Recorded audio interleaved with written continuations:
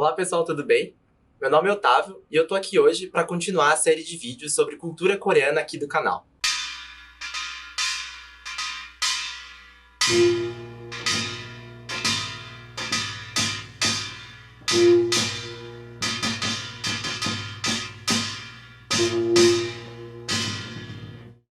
Vocês lembram aquele vídeo da Dona Lisa sobre o lamen inspirado no filme Parasita, o Japaguri?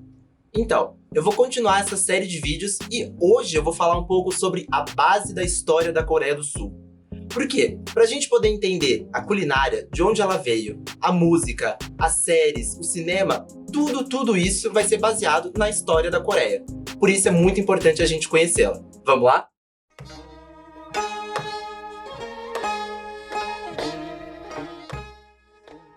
Bem, a história da Coreia do Sul pode ser dividida em 3 grandes períodos, tudo bem?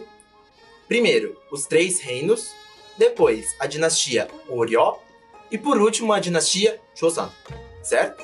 Então lembrem, esses 3 grandes períodos, 3 reinos, dinastia Goryeo e dinastia Joseon. Bem, o primeiro dos 3 períodos é o período dos 3 reinos.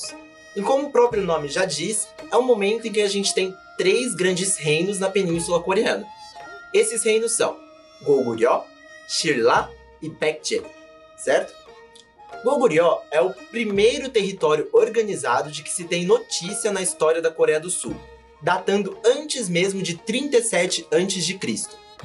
Goguryeo ficou marcado por sua grande prosperidade. Isso por conta do território, como vocês podem ver que é um vasto território, e também por conter grandes regiões férteis dentro da Península Coreana. Baekje, por sua vez, foi fundado pelo rei Onjo, que era um filho de um anterior rei de Goguryeo. Próximo ao norte, onde fica atualmente a cidade de Seul, capital da Coreia do Sul.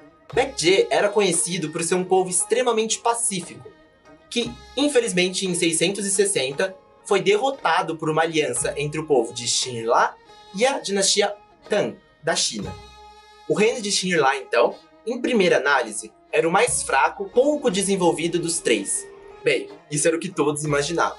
Porque quando o governo de Xinla decidiu apostar no seu corpo de soldados jovens, chamados de Hwarang, foi que esse território realmente mostrou todo o seu poder e acabou conquistando os outros 2 reinos.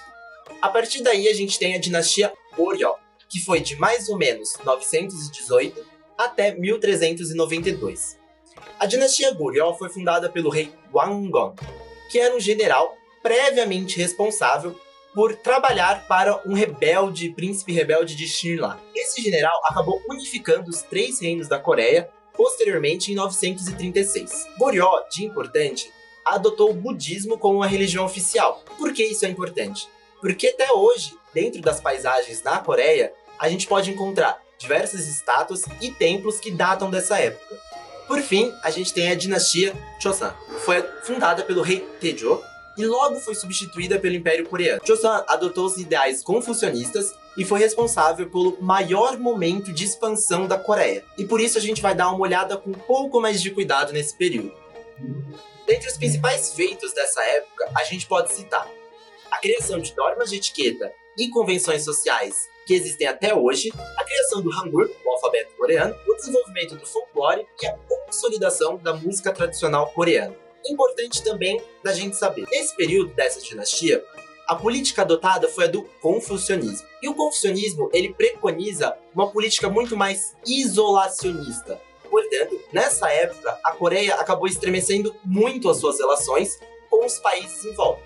Por exemplo, Japão e China. Essa relação estremecida entre Japão e Coreia culminou na principal guerra que a gente teve na história da Coreia, a Guerra dos 7 Anos.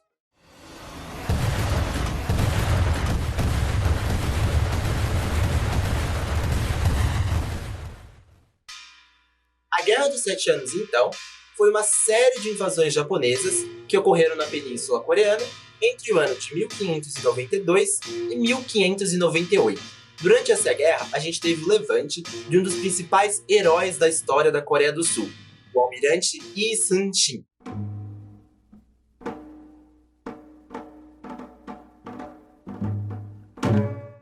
O almirante Lee Sun-shin ficou conhecido não apenas por quem ele era, mas por conta das suas batalhas nas mais improváveis batalhas possíveis. O Almirante Yi, ele nasceu numa família aristocrática em 28 de abril de 1545. Por ter nascido em uma família aristocrática, a gente pode pensar que ele foi sempre estimulado a ser um grande estudioso. E de fato, ele tinha um amplo conhecimento sobre os clássicos chineses e as principais teorias confucionistas. Entretanto, o Almirante Yi, ele sempre teve gosto e paixão pela guerra, pela arte e estratégia de guerra. Dessa forma, em torno dos seus 20 anos, ele tentou o exame e o teste militar para entrar nas Forças Armadas e acabou falhando, tendo êxito apenas 4 anos depois. Yi Cixin era conhecido por conta da sua honestidade implacável, o que por muitas vezes o colocou em uma posição difícil com seus oficiais. Entretanto, o seu longo histórico de vitórias nas mais improváveis batalhas concederam a ele os principais títulos que ele tem. Entre as principais criações do Almirante Yi, a gente pode citar esses 2 navios, o navio a remo e o navio tartaruga.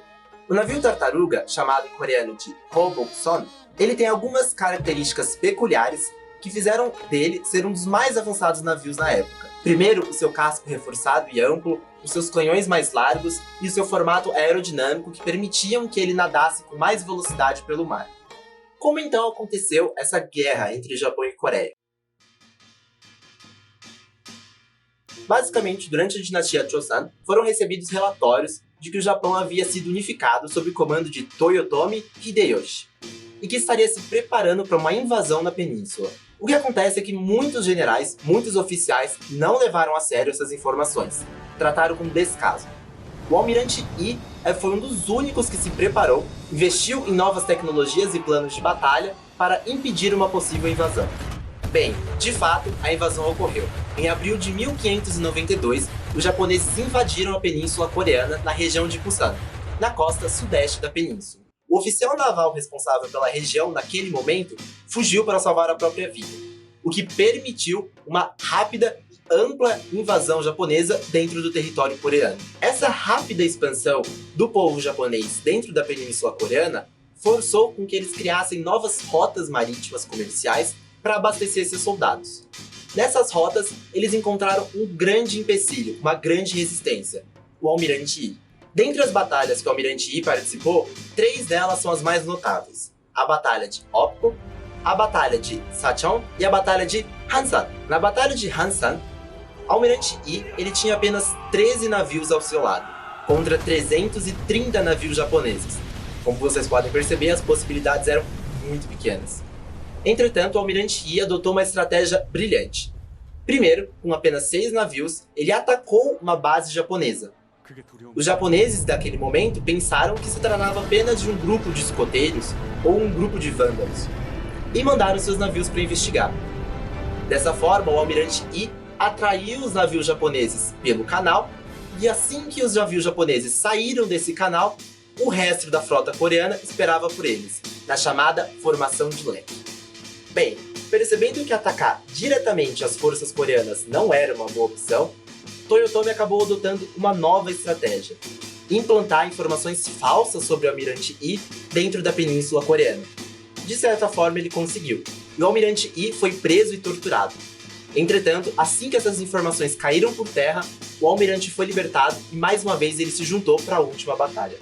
A batalha final aconteceu no estreito de Yongyang. Nesse momento, o Almirante Yi aproveitou que apenas 1/3 dos navios japoneses conseguiram atravessar o estreito, e deu meia volta com seus navios e atacou a frota japonesa. Durante essa batalha, o Almirante Yi foi alvejado e, sabendo que ia morrer, ele pediu para os seus soldados que escondessem o seu corpo.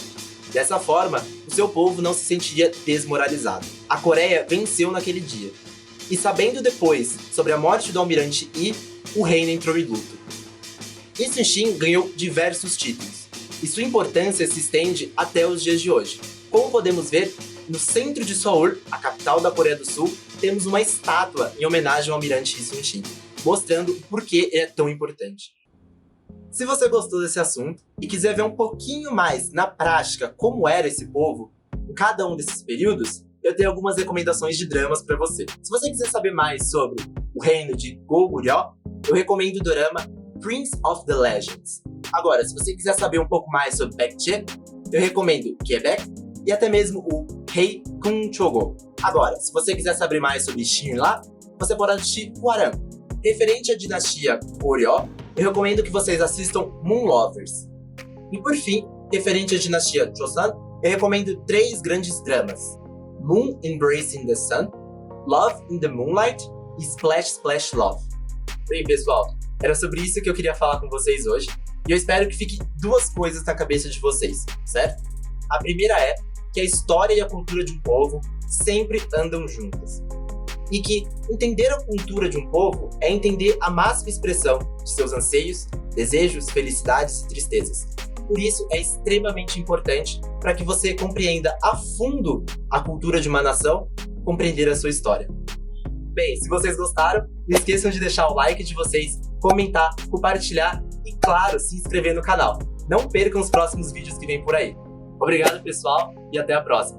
감사합니다.